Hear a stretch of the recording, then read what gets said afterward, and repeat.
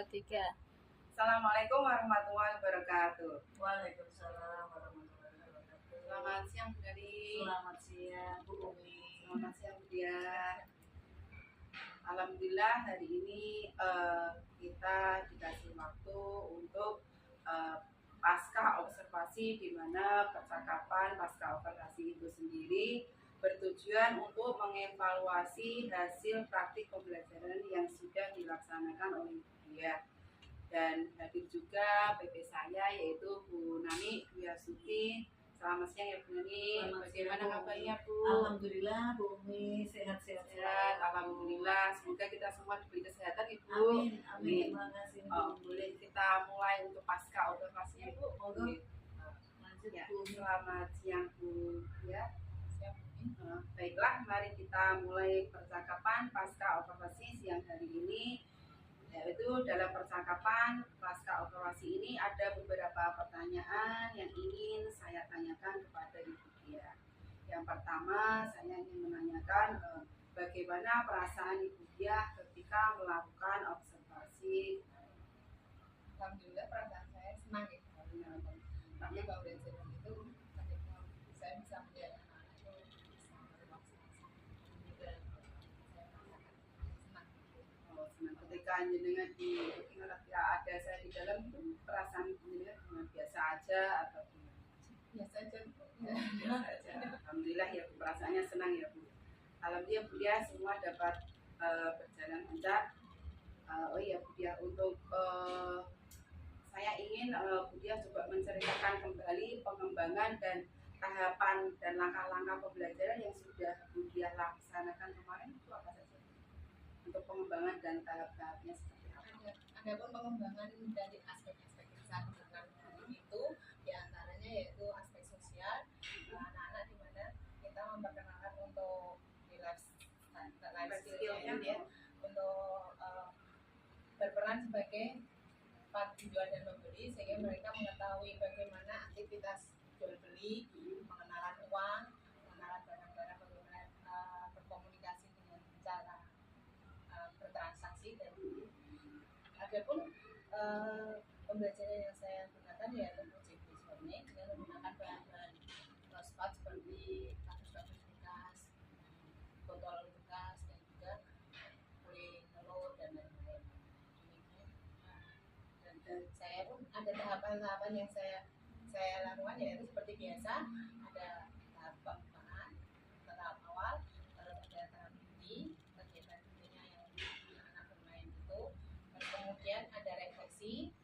Saya mengulang kembali, menanyakan pada anak bagaimana apa yang telah kita pelajari pada waktu itu, terus yang terakhir Luar biasa ya. Jadi kemarin di area pengembangan jaringan ke life skill di bidang kewirausahaan.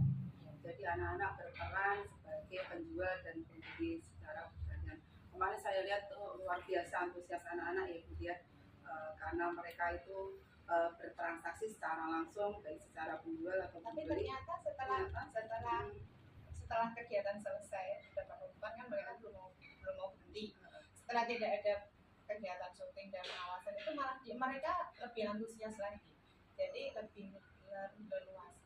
Jadi cara mereka mempraktekkan itu lebih natural. Ya, jadi nggak takut-takut ya seperti itu.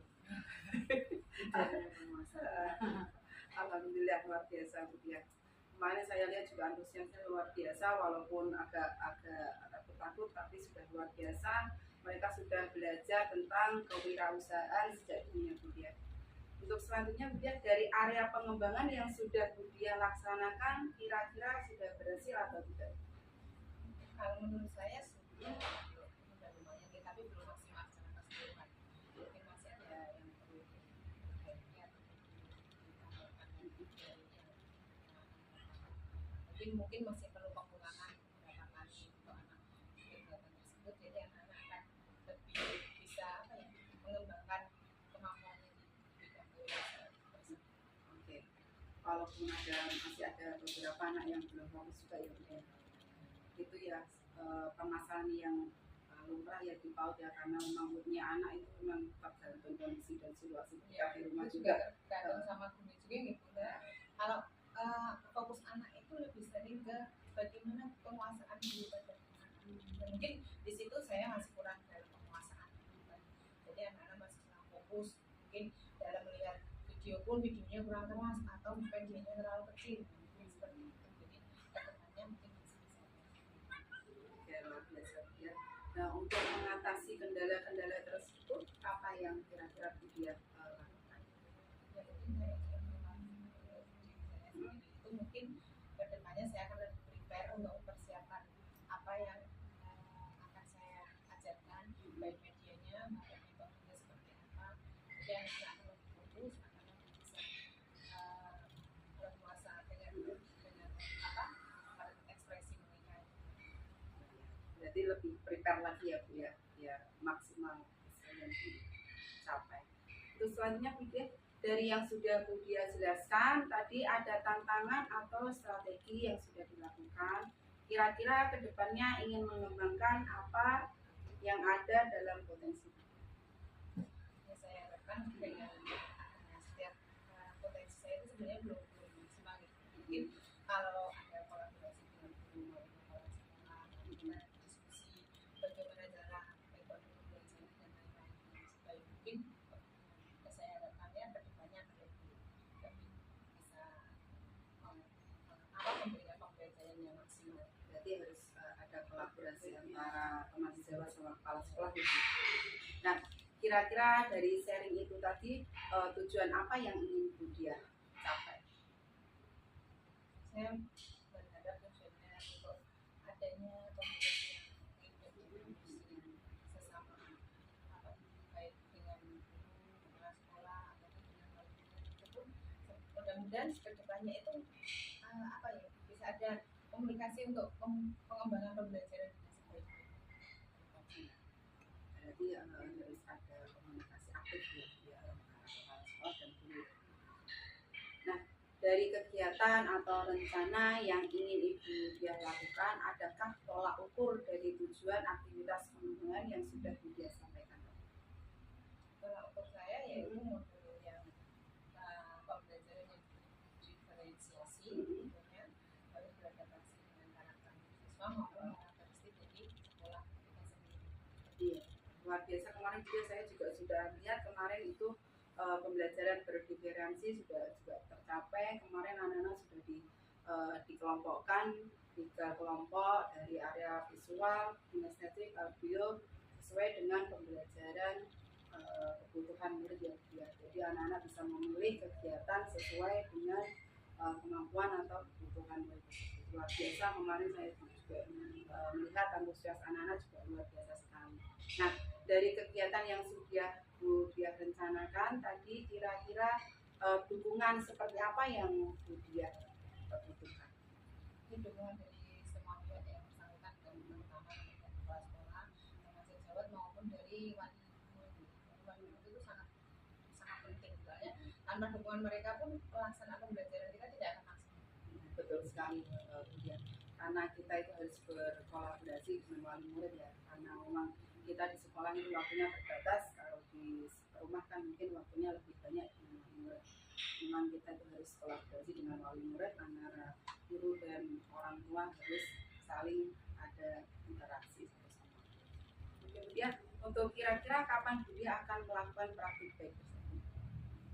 Insya Allah dalam waktu dekat ini 2 minggu atau 3 minggu. Oke, 2 minggu atau 3 minggu yang akan datang ya. Terima kasih Bu Dia atas informasinya. Sekarang saya ingin bertanya mengenai refleksi pembelajaran yang sudah Bu Dia lakukan. Tidak jauh berbeda dengan yang tadi saya tanyakan. Di sini saya melihat Bu Dia sudah melaksanakan pembelajaran sesuai dengan tujuan pembelajaran yang hendak dicapai. Saya juga sudah melihat siswa aktif dalam berdiskusi, meskipun ada beberapa siswa yang mungkin kurang konsentrasi dan kurang aktif, tetapi sebagian besar sudah dominan dengan siswa yang aktif ya Bu. Untuk strategi pembelajaran yang dilaksanakan juga sudah berhasil membuat siswa memahami tujuan pembelajaran. Nah, kira-kira rencana tindak lanjut yang akan Bu Dia laksanakan ke depannya apa Bu? Rencana saya ingin yang saya lakukan yaitu melakukan sesuatu yang mengembangkan visual itu berarti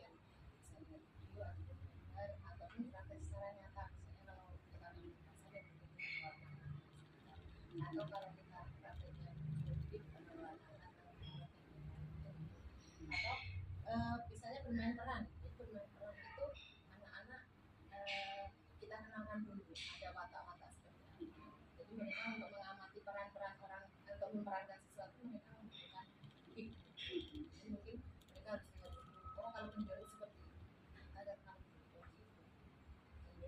Terus kita juga mungkin dengan melihat video, walaupun kita tidak menyewa yang longgar untuk membawa. Soalnya kendala kita untuk membawa anak-anak ke pasar itu kalau misalnya 15 siswa kita bawa ke pasar satu orang guru itu kurang maksimal dalam pengawasan. Jadi itu yang kendalanya mungkin. Jadi kita hanya bisa mempertahankan video.